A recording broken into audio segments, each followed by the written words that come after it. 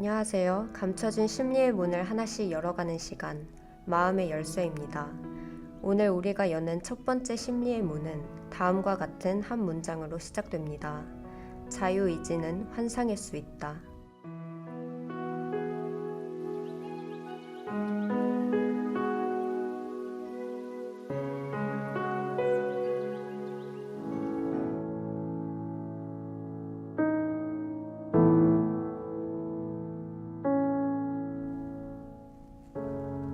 놀라셨나요? 이 도발적인 선언은 행동주의 심리학의 대표적 학자 버러스 프레더릭 스키너가 우리에게 던진 도전이었습니다. 그는 인간의 행동은 내면의 의지나 영혼 같은 모호한 실체에서 비롯되는 것이 아니라 외부의 자극과 그에 따른 결과에 의해 형성된다고 주장했습니다. 그렇다면 인간은 그저 환경에 의해 조작되는 존재일 뿐일까요? 오늘은 그 물음에 대한 실마리를 찾아 스키너의 이론 속으로 들어가 보겠습니다.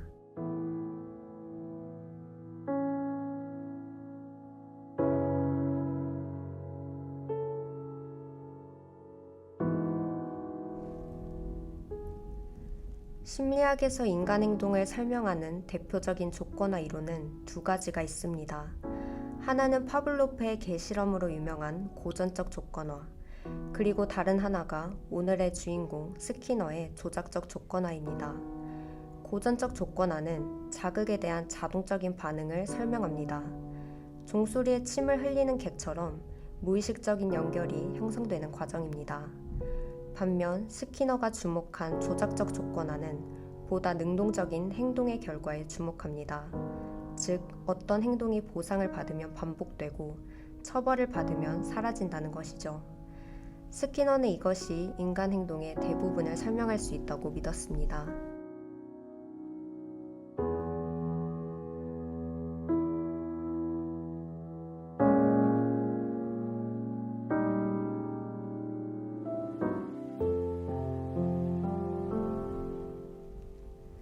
스키너는 이를 증명하기 위해 지금은 심리학의 상징이 된 스키너 박스라는 실험 장치를 고안했습니다. 그는 쥐나 비둘기를 투명한 상자에 넣고 그 안에서 특정한 행동, 예를 들면 레버를 누르는 행동을 했을 때 먹이를 주거나 혹은 전기 자극을 가하는 방식으로 행동을 조작했습니다. 그는 이러한 실험을 통해 그 결과에 따라 조절된다는 것을 보여주었습니다. 그가 사용한 보상과 처벌은 단순하지만 강력했습니다. 쥐는 금세 학습했고 특정 행동을 반복하거나 피하는 경향을 보였습니다. 이는 인간에게도 그대로 적용될 수 있는 원리입니다.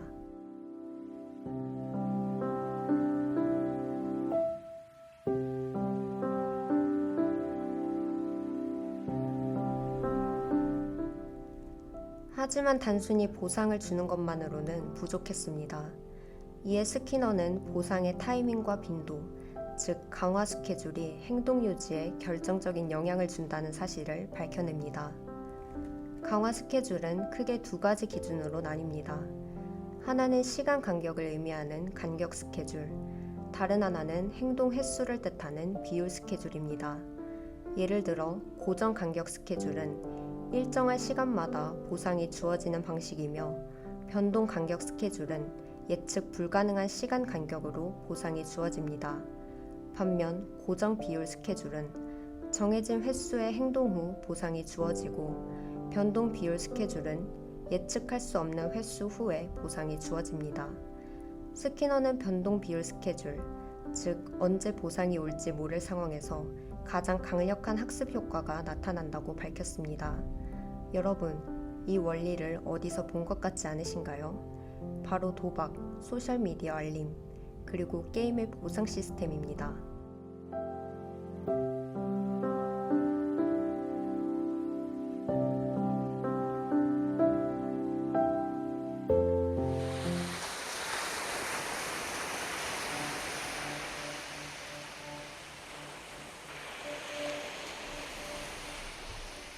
스키너의 이론은 단지 실험실 안에서만 의미 있는 것이 아니었습니다.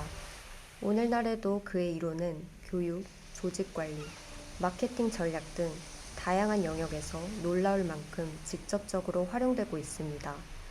예를 들어 교육 현장에서는 학생의 행동을 강화하기 위해 스티커, 칭찬, 포인트 제도가 활용됩니다. 이는 일종의 강화 자극이지요.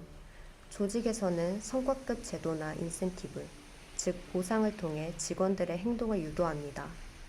마케팅에서는 쿠폰, 적립금, 한정 할인 등 소비자의 구매 행동을 강화하기 위한 도구로 활용됩니다.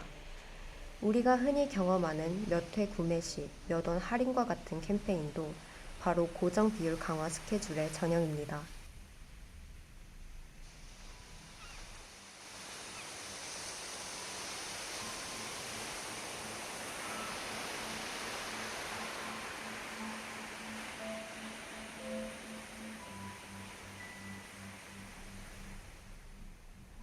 이처럼 우리가 선택하고 있다고 믿는 많은 행동이 사실은 정교하게 설계된 자극과 반응 체계 안에서 이루어지고 있는 것일지도 모릅니다.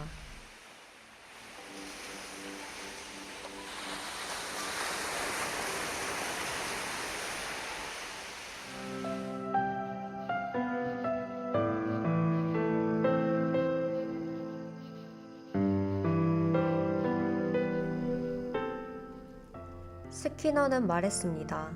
인간의 자유의지는 환상이며 우리는 환경의 산물이다. 이 말이 불편하게 느껴질 수도 있습니다. 하지만 때때로 인간의 마음을 더 깊이 이해하기 위해서는 이러한 불편한 질문을 정면으로 마주해야 합니다. 우리는 정말로 자유로운 존재일까요? 아니면 보이지 않는 자극에 반응하며 살아가는 조건화된 존재일까요? 오늘 여러분은 그 심리적 열쇠 하나를 손에 쥐셨습니다. 지금까지 기술의 박지훈, 아나운서 성보은이었습니다.